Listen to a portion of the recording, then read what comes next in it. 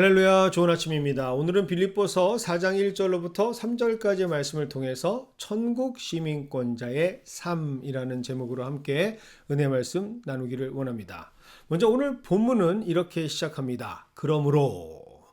보통 이 그러므로라고 하는 접속사가 있는 문장들은 앞에 조건절이 있고 뒤에 결과절이 있죠. 그런데 다행히 빌립보서 3장 20절에 그 이유에 대한 말씀을 친절히 기록하고 있습니다. 그러나 우리의 시민권은 하늘에 있는지라. 이제야 오늘 본문이 무엇에 대한 말씀을 하시려고 하는지를 알 수 있습니다. 오늘 본문 말씀 1절 그러므로 이렇게 해야 한다, 저렇게 해야 한다 말씀하시는 대상은 바로 하늘의 시민권, 천국의 시민권을 가진 사람들이죠. 그런데 여기서 잠깐 그 원인을 제시하고 있는 20절 역시 접속사 그러나라고 시작하고 있습니다. 그렇다면 이 앞에 있는 천국의 시민권을 가진 자들과는 다른 결을 가지고 있는 자들에 대한 설명이 있다라는 것을 짐작하고 알아볼 필요가 있겠죠. 그들은 누구일까? 빌립보서 3장 18절은 이렇게 기록하고 있습니다. 여러 사람들이 그리스도의 십자가의 원수로 행하느니라. 사도 바울은 분명히 보았습니다. 자신이 직접 경험했던 목회를 통해서 교회에는 성도임에도 불구하고 두 가지 시민권을 가지고 살아가는 사람들이 있다라는 사실이죠. 하나님의 은혜로 성도라 부르심을 받았지만 그 특별하신 하나님의 택하심의 은혜 속에 있지만 어떤 이들은 천국 시민권자에 합당한 모습으로 살아가지만 오히려 어떤 이들은 십자가의 원수가 되어 행하는 여전히 땅의 시민권자로 살아가는 사람들이 있다라는 사실을 말입니다. 그래서 바울은 그 모습들을 바라보며 눈물을 흘리면서 오늘 말씀을 전하고 있는 것이죠. 너무나도 안타까운 심정을 가지고 다시 그들을 향해서 천국 시민권을 가진 사람들이라면, 성도라면 이렇게 살아야 합니다라고 외치고 있는 것이 바로 오늘 본문 말씀입니다. 이 사실을 바탕으로 오늘 천국 시민권자라면 예수를 기다리며 하늘의 소망을 두고 살아가는 삶을 살아가는 사람들이라면 이렇게 살아가야 한다라는 실제적인 방법론을 제시하고 있는 것이죠.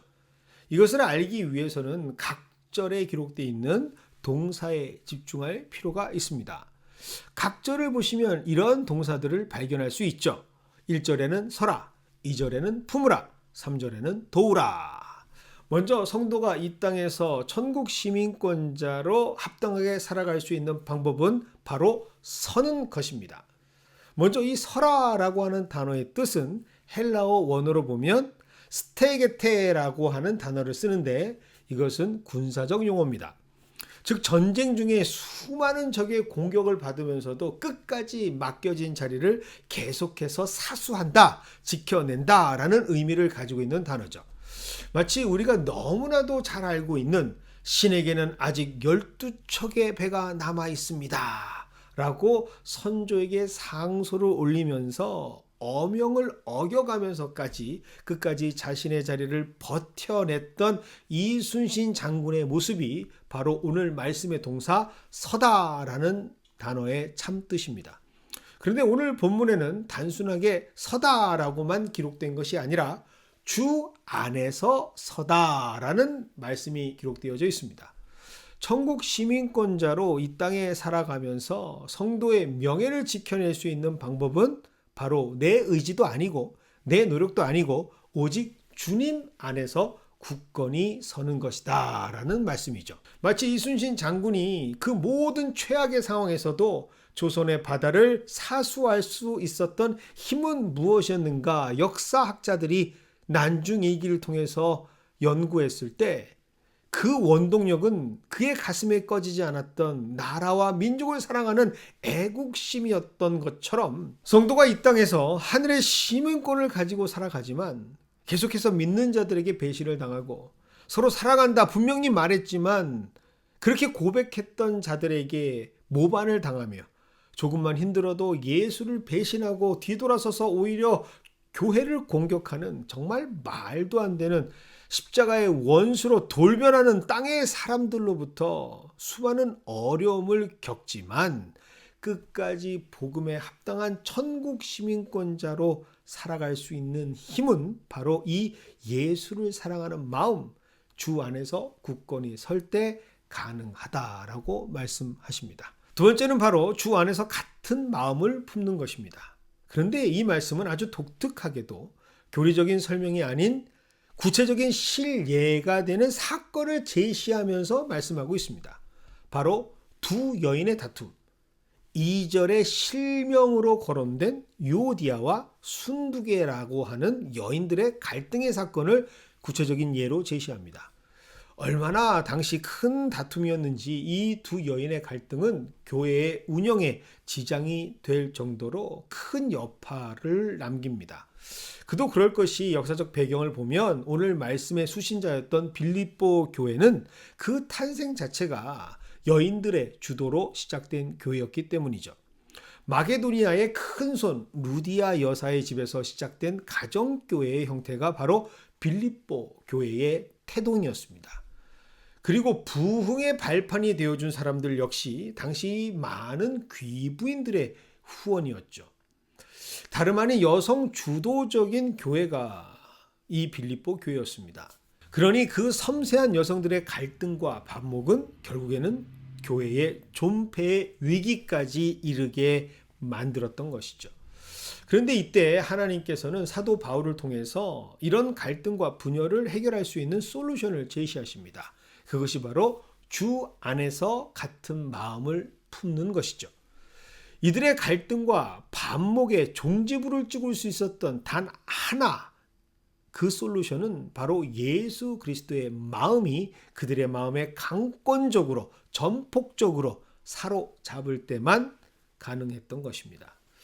미국에 살고 있는 이민자들은 그 출생 국적은 분명히 한국이라는 나라, 한국인이지만 많은 경우 미국에 오래 살면서 결국에는 미국 시민권을 취득하게 됩니다.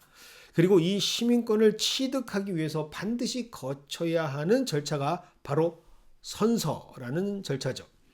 사도 바울은 성도가 이 천국 시민권을 갖기 위해서 반드시 요구되는 이 선서 같은 절차인 갈라디아서 2장 20절에 다짐을 한 사람들이다라고 말합니다.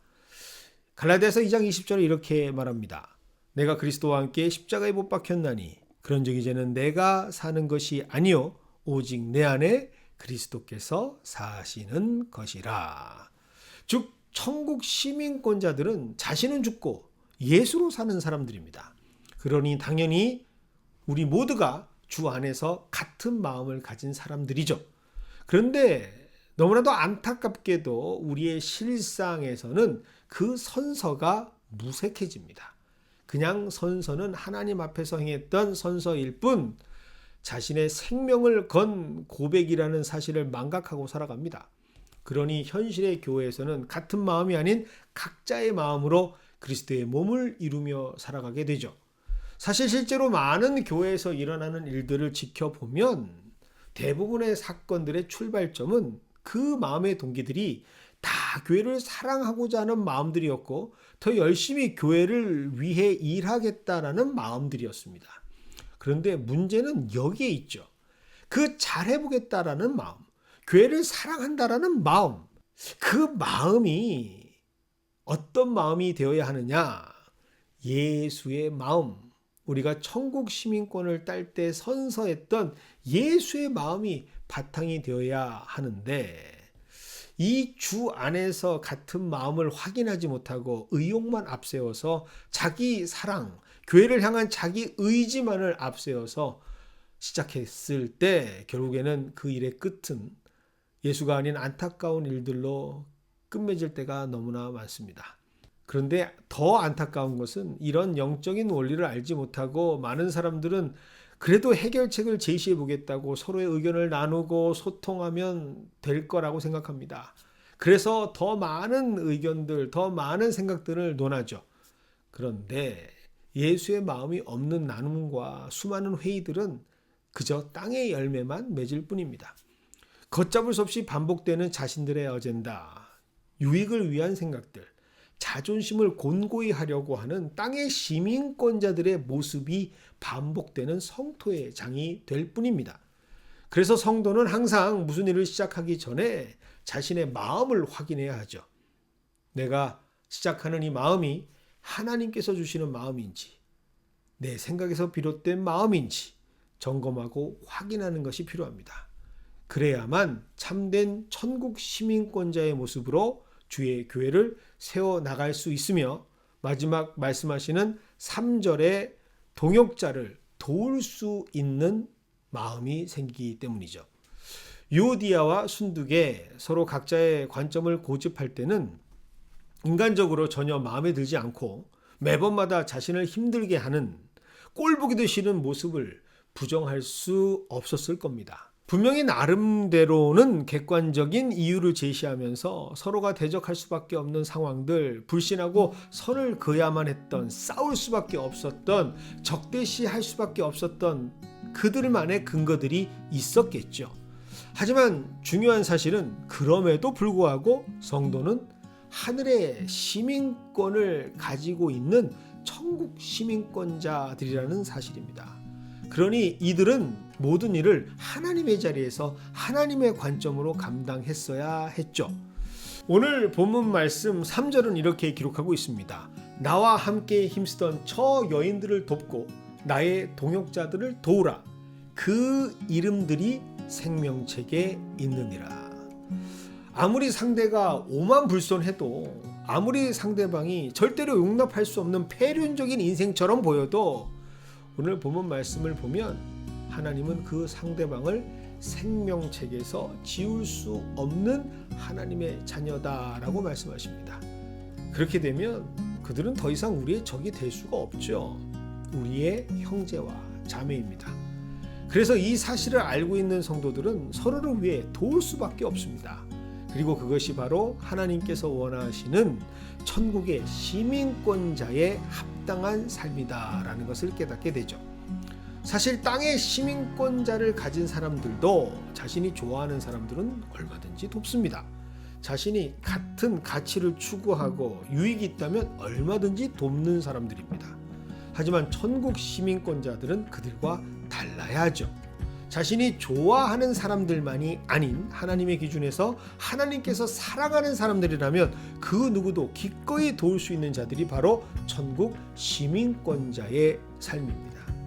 저 아무리 그 어떤 것 하나도 공유할 수 없고 절대로 맞지 않아 상극처럼 보인다 할지라도 하나님께서 사랑한다라는 그 이유 하나만으로 하나님께서 세우신 사람이라면, 하나님의 생명책에 기록된 사람, 지울 수 없는 사람이라면 기꺼이 도울 수 있는 자, 그런 사람들이 바로 천국 시민권자들의 모습이 되어야 한다라고 말씀하십니다.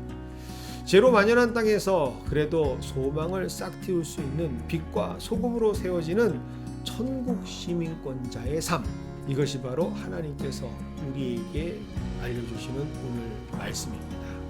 그래서 오늘 말씀은 우리 성도들에게 또 하나 세워져야 할 우리 삶의 기준이요 지침이 되는 것이죠. 오늘 하루 저와 여러분의 삶이 이 말씀에 순종되어지는 삶이 되기를 원합니다. 그렇게 될 때 우리는 말씀에 합당한 천국 시민으로 이 땅에서 천국을 만들어 나가는 사람들이 될 수 있기 때문입니다.